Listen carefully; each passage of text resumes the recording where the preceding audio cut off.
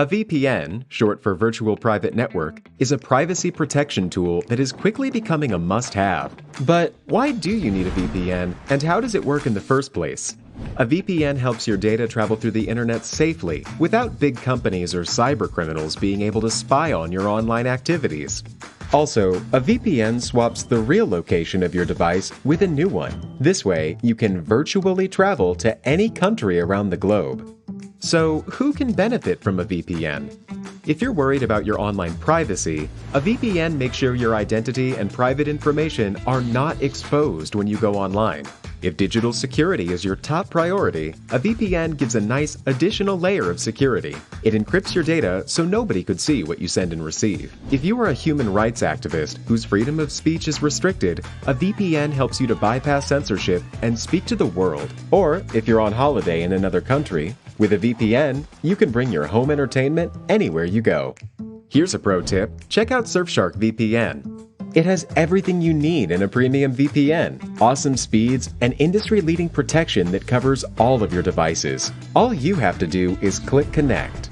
Secure your digital life and enjoy everything good that the internet has to offer with a VPN you can trust. Click link in the description and get 81% discount for your first order. Choosing a stain and conditioner. Choose stains and conditioners that are compatible with each other. This means they should all have the same base. If you choose an oil-based stain like Varathane, you'll need to pick out an oil-based conditioner and sealant. A water-based stain will need water-based products to go with it. This ensures each layer works together to create a smooth finish. Purchase wood stain and wood conditioners at your local hardware store or online. Pick out an oil-based stain and conditioner to enhance the wood's color. Oil-based stains are the most popular, and they are often the easiest to apply to the wood.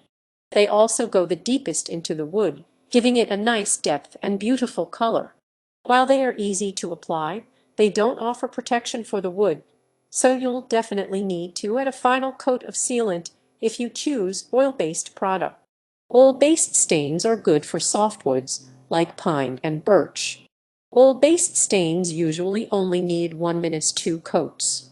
Select water-based products for an environmentally friendly option. Water-based stains are easy to clean up and are more resistant to things like mildew and mold. These products won't create the same rich color that an oil-based product would, but they do keep their color for a long period of time. Cedar, cypress, and redwood all do well with water-based stains. Water-based stains and conditioners dry very quickly. If you choose a water-based stain, a wood conditioner will be necessary because water-based stains raise the grain of the wood. Opt for a gel stain for color that rests on the top of the wood. Gel stains don't penetrate the surface of the wood, meaning they bring out some of the wood's markings, but mostly act as a layer of paint. They are great for types of woods that usually become splotchy when stains are added, like maple, pine, cherry, and birch.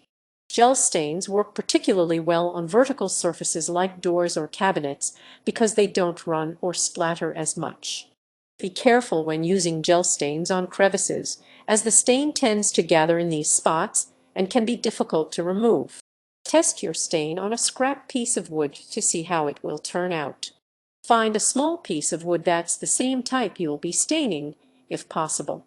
Dab the stain onto this test piece of wood using a rag to see how light or dark it turns out.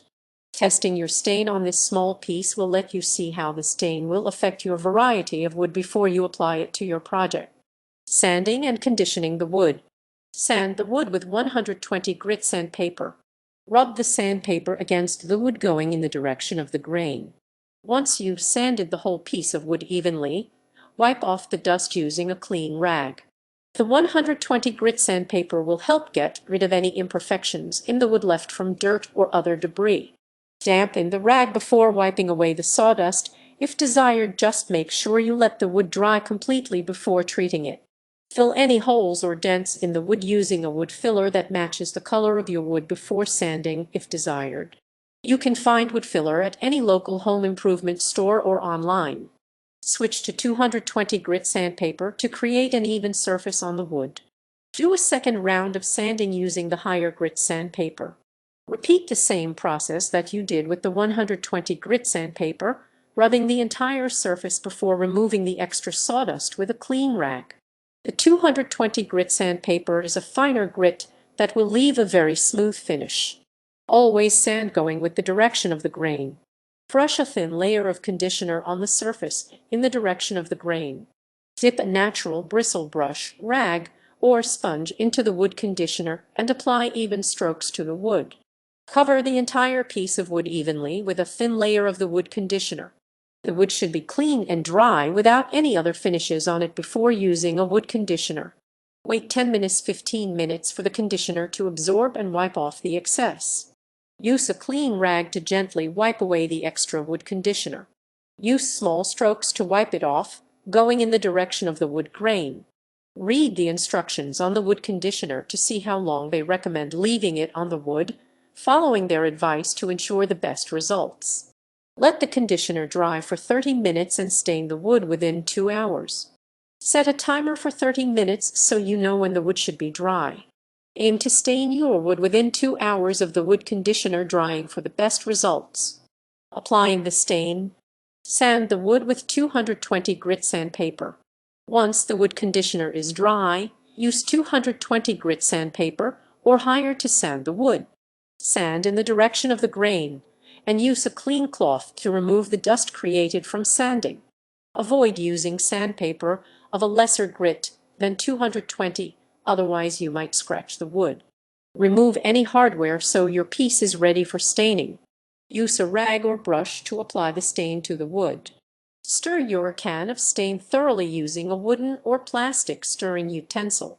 Dip your rag or brush into the stain and spread it on the wood, working your way across the piece in sections. Apply it going in the same direction as the wood grain. Wear gloves to protect your hands from the stain. Apply the stain in a thin, even layer. Use long strokes to brush or rub the stain onto the wood. Don't worry too much about getting the stain absolutely perfect, because you'll be wiping most of it off. Focus on making sure there aren't any major streaks or splatters of stain anywhere on the wood. Continue using long, slow strokes to even out the color of the stain as much as possible. Wipe away the excess stain after 5 minutes 15 minutes, depending on your desired shade. The longer you leave the stain on the wood, the darker it will get. Use a clean rag to wipe off the excess stain, rubbing the wood lightly going in the direction of the grain to dab up the extra pigment. Be thorough, wiping the stain into the wood and creating a thin, even layer of stain. It's best to wipe your stain up sooner rather than later. You can always add additional coats if it's too light, but it's much harder to remove stain that's too dark.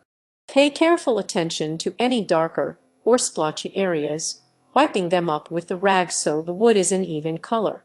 You may need to use multiple rags.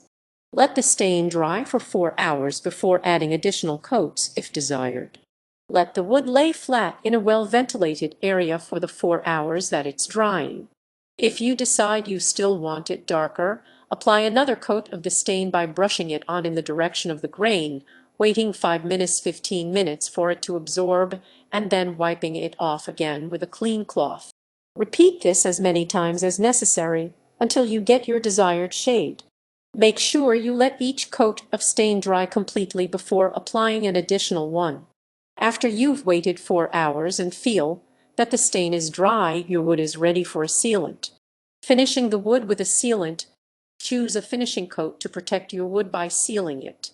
While you don't have to seal your wood, it's definitely recommended if you want your piece to last a long time and stay durable. Protective coats like polyurethane work well and can be found at hardware stores or online. Use a wooden or plastic stick to gently stir the finishing coat, using slow, gentle motions. Protective finishing coats have a range of sheens from matte to high gloss. Avoid shaking the can of finishing coat to prevent unwanted bubbles. After using a sealant, you can't easily add additional layers of stain to your wood, so be sure it's the color you want. Use a natural bristle brush to apply the sealant to the wood. Dip your brush into the can of sealant, brushing it onto the wood going in the direction of the grain. Cover the entire piece of wood evenly using a thin layer of the protective coat.